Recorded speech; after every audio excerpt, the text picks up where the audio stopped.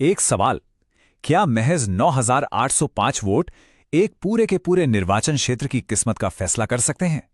सबलगढ़ में ठीक यही हुआ।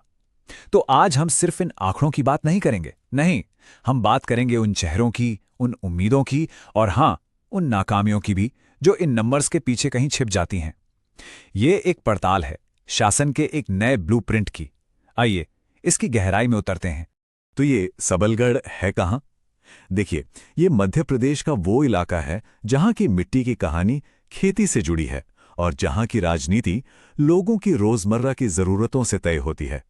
यहाँ दिया गया हर एक वोट दरअसल पानी, रोजगार और फसल के दाम जैसे जमीनी मुद्दों पर एक फैसला होता है। और यही वो सवाल है जो इस पूरी कहानी को बेहद दिलचस्प बना देता है। जब जीत और हार का फासला इतना इतना मामूली हो तो ये सिर्फ वोटों की गिनती नहीं रह जाती, ये एक पहेली बन जाती है, एक ऐसी कहानी जिसे आज हम यहाँ परत दर परत खोलेंगे। नतीजों को सही मायने में समझने के लिए हमें बंद कमरों से बाहर निकलना होगा, सबलगढ़ की धूल भरी गलियों और खेतों की मेड़ों तक चलना होगा। आखिर वो कौन सी बातें हैं, कौन सी चिंताएं हैं जो वहां के लोगों को परेशान करती हैं? आइए जरा वोटर की आवाज को सुनते हैं। सबसे पहली, सबसे बड़ी और सबसे बुनियादी जरूरत पानी। जरा सोचिए उस हालात को, सुबह नल खोला और वो खाली है, या खेत सूखकर दरक रहे हैं और आसमान की तरफ देखने पर भी कुछ हासिल नहीं। ये सबलगढ़ की रोज की सच्चाई है। एक ऐसी फिक्र जो खेत की मेड़ से शुरू होती है और सीधा घर के चूल्हे तक पहुंचती है। पानी के बाद दूसरी जद्दोजहद है पेट की। यहाँ पढ़े लिखे नौजवान तो हैं, पर उनके हाथ में काम नहीं है, और जिन्हें काम मिला भी है तो मजदूरी इतनी नहीं कि परिवार का गुजारा हो सके। ये सिर्फ बेरोजगारी का एक आंकड़ा नहीं है, ये हर घर पर एक खामोश मगर भारी आर्थिक बोझ है। और तीसरा संकट वो सीधा जमीन से जुड़ा है, खेती किसानी का संकट। किसान वो तो अपनी पूरी मेहनत लगाता है, फसल उगाता है, पर जब उसे मंडी में अपनी उपज का सही दाम न मिले और सर पर कर्ज का बोझ बढ़ता जाए तो उसका भरोसा टूटने लगता है। और जब किसान का भरोसा टूटता है तो वो अपना गुस्सा वोट की ताकत से दिखाता है। तो हमने लोगों की तकलीफों को समझा, अब ये देखते हैं कि ये दर्द, ये शिकायतें वोटिंग मशीन में जाकर आंकड़ों में कैसे तब्दील हुईं, क्योंकि चुनाव के दिन जज्बात नहीं, सिर्फ और सिर्फ गिनती मायने रखती है। ये है वो नंबर 9,805।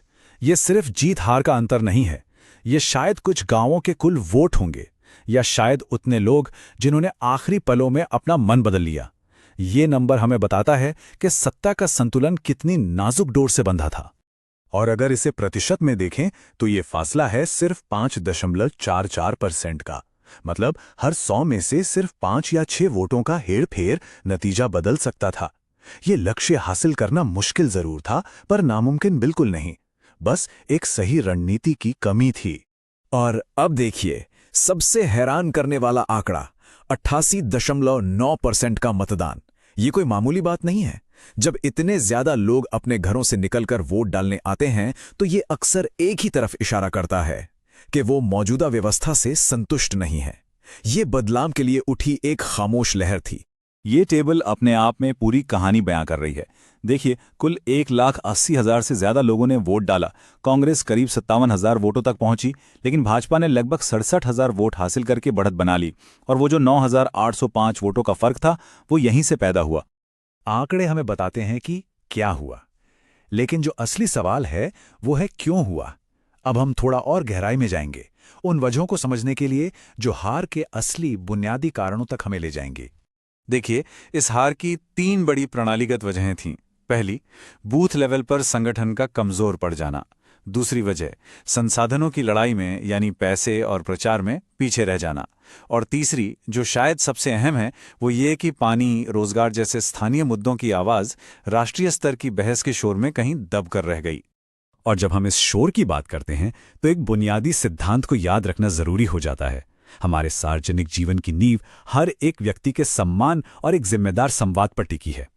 राजनीति का मकसद सिर्फ चुनाव जीतना नहीं, बल्कि मुद्दों पर एक गरिमापूर्ण और सच्ची बहस को बनाए रखना भी है। यही लोकतंत्र की आत्मा है। अच्छा, अब जरा वक्त में पीछे चलते हैं, क्योंकि 2023 की ये कहानी कोई एक दिन में नहीं लिखी गई। सबलगढ़ के चुनावी इतिहास में एक छिपा हुआ पैटर्न है, एक चक्र जो खुद को बार बार दोहराता है। और अगर हम इस पैटर्न को समझ पाएं तो शायद भविष्य का अंदाजा भी लगा सकते हैं। इस टाइमलाइन पर नजर डालिए। ये एक पेंडुलम की तरह है ना? सत्ता दशकों से कभी इस पार्टी के पास तो कभी उस पार्टी के पास जाती रही है। ये साफ दिखाता है कि सबलगढ़ का वोटर किसी एक पार्टी का बंधुआ नहीं है। वो अपने विवेक से, काम के आधार पर अपना फैसला बदलता रहा है। ये चार्ट भी उसी कहानी को और पुख्ता करता है।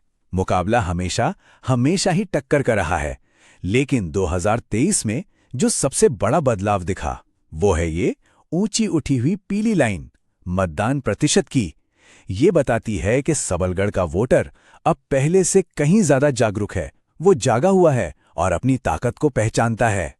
तो ठीक है, हमने समस्या की जड़ को समझा, इतिहास के पैटर्न को देखा और आंकड़ों को भी परखा। अब सवाल उठता है, यहां से आगे क्या?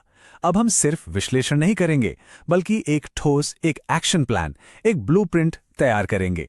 वापसी का रास्ता यहीं से शुरू होता है। इस रणनीति का पहला और सबसे अहम स्तंभ है गवर्नेंस को एक सर्विस की तरह देखना, एक सर्विस लेवल एग्रीमेंट। जैसे एक कंपनी गारंटी देती है कि आपकी समस्या 24 घंटे में हल होगी, वैसे ही शासन को जनता से एक सार्वजनिक वादा करना होगा कि उनकी शिकायतों का समाधान एक तय समय में होगा। ये सिर्फ वादा नहीं, ये प्रदर्शन की गारंटी है।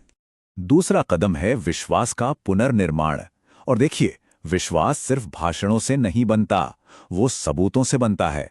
सिर्फ ये मत बताइए कि आपने क्या क्या योजनाएं बनाई हैं, बल्कि ये दिखाइए कि उनका फायदा किसको और कब मिला। हर योजना की डिलीवरी का पक्का सबूत जनता के सामने रखिए। यही पारदर्शिता अफवाहों और दुष्प्रचार का सबसे कारगर तोड़ है। और इन बड़े विचारों को जमीन पर उतारने के लिए ये रहा 90 दिनों का एक सीधा सा एक्शन प्लान। देखिए कैसे काम करता है। पहले 30 दिन अपनी टीम को फिर से खड़ा करने और लोगों की बात सुनने में लगाइए। अगले 30 दिन जनता के असली मुद्दों पर एक पीपल्स एजेंडा के साथ अभियान चलाइए। और आखिरी के 30 दिन घर घर जाकर अपना सकारात्मक विजन लोगों तक पहुंचाइए। हर दिन का एक लक्ष्य, एक मकसद। हाँ, और जब हम घर घर या फोन के जरिए लोगों तक पहुंचने की बात करते हैं, तो एक और सिद्धांत है जिसे कभी नजरअंदाज नहीं किया जा सकता। वो है हर नागरिक की निजता। किसी की भी व्यक्तिगत जानकारी अनमोल होती है। उनसे संपर्क साधने से पहले उनकी सहमति लेना, ये सिर्फ कानून का पालन नहीं है, ये विश्वास बनाने की पहली सीढ़ी है। तो आखिर में हम इस एक बड़े सवाल पर आकर रुकते हैं कि क्या पानी, रोजगार और फसल के दाम जैसे जमीनी मुद्दों पर आधारित एक सेवा की राजनीति भावनात्मक और ध्रुवीकरण करने वाली बयानबाजी पर भारी पड़ सकती है? सबलगढ़ का अगला चुनाव सिर्फ एक सीट का नतीजा तय नहीं करेगा, बल्कि शायद इस बड़े सवाल का जवाब भी देगा।